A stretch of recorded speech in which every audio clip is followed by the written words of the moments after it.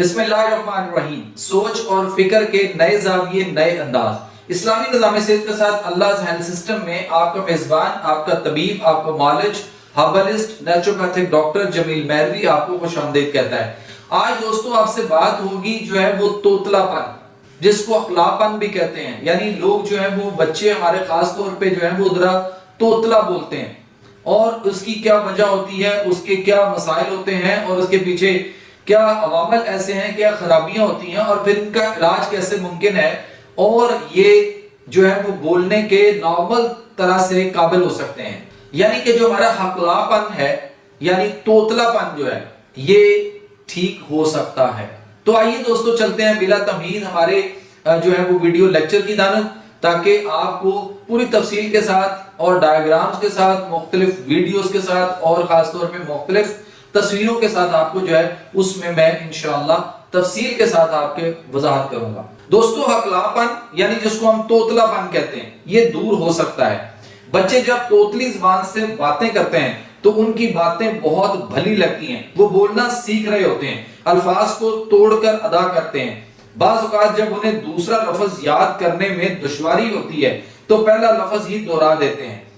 اس وقت تو یہ تکرار بھی مزہ دیتی ہے، لیکن آہستہ آہستہ جب یہ تکرار ایک تسلسل اختیار کر لیتی ہے تو ماں باپ چونکتے ہیں کہ ان کا بچہ تو ہکلانے لگا ہے. ابتدا میں بچوں کو گفتگو کرنے میں ایک تکلف ہوتا ہے، وہ جھجکتے ہیں. یہ تکلف اور جھجک زبان پر کچھ عبور حاصل ہو جانے پر از خود ختم ہو جاتی ہے. لیکن بعض بچوں میں جو زیادہ حساس ہوں یا جنہیں جذباتی حادثات پیش آئیں، یہ جھجک مستقل صورت اختیار کر لیتی ہے. وہ اپنے ہم عمروں سے ملنے جلنے سے گریز کرنے لگتے ہیں، تنہائی پسند ہو جاتے ہیں. اس کا اثر ان کی پوری زندگی پر پڑتا ہے. وہ اپنی صلاحیتوں کو پوری طرح استعمال کرنے میں لانے میں قاصر رہتے ہیں. جذبات کی گھٹن کے باعث ان کی زندگی غیر آسودہ ہو جاتی ہے. حقلاہٹ کے اسباب کیا ہوتے ہیں؟ دور جدید میں ماہرین طب نے اس معذوری پر خاصی تحقیق کی ہے اور بعض معالجات بھی دریافت کیے ہیں جن کے نتائج حوصلہ افزا ہیں. تاہم ہر بچے میں حقلاہٹ یا حقلانے اور اس کے تنہائی پسند ہونے کے اسباب مختلف ہو سکتے ہیں. اس لیے کامیابی علاج کے لیے اصل اسباب کا کھوج لگانا نہایت ضروری، یعنی ڈیپ سٹڈی اور تشخیص کرنا ہی اصل میں اس میں مہارت ہے. اس زمن میں سب سے پہلے یہ معلوم کیا جاتا ہے کہ گھر میں کوئی اور حقلانے والا شخص تو موجود نہیں. بچے فطرتاً نقال ہوتے ہیں، یعنی نقلیں اتارتے ہیں. اس لیے عین ممکن ہے کہ کوئی بچہ محض اس کی نقل میں حقلانے لگا ہو اور حقلانا اس کی عادت بن گیا ہو. بعض اوقات خاندانی رجحانات بھی موجود ہوتے ہیں. پیدائش کے وقت سر پر دباؤ پڑنے اور آلات کے ذریعے پیدائش سے، یعنی یہ جو ہم سیزیرین کرواتے ہیں اور آپریشن وغیرہ جب ہوتے ہیں تو ان کے آلات کے ذریعے پیدائش سے سر کو نقصان پہنچنے کے نتیجے میں بھی قوت گویائی کا مرکز متاثر ہو جاتا ہے. اسی طرح کالی کھانسی اور دوسری کمزور کرنے والی بیماریاں بھی حقلاہٹ پیدا کرنے کا موجب ہو سکتی ہیں. بچوں کو غذا میں وٹامن بی کی کمی بھی حقلاپن کر دیتی ہے. یہ کمی دور ہو جائے تو حقلاہٹ دور ہو سکتی ہے. دوستو اس کے علاوہ اس کے نفسیاتی محرکات بھی ہوتے ہیں. مریض کا نفسیاتی اور دماغی تجزیہ اور امتحان ضروری ہوتا ہے. اسی طرح گھر کے ماحول کے متعلق معلومات بھی بیماری کے محرکات میں کھوج لگانے کے ممند ہوتی ہیں.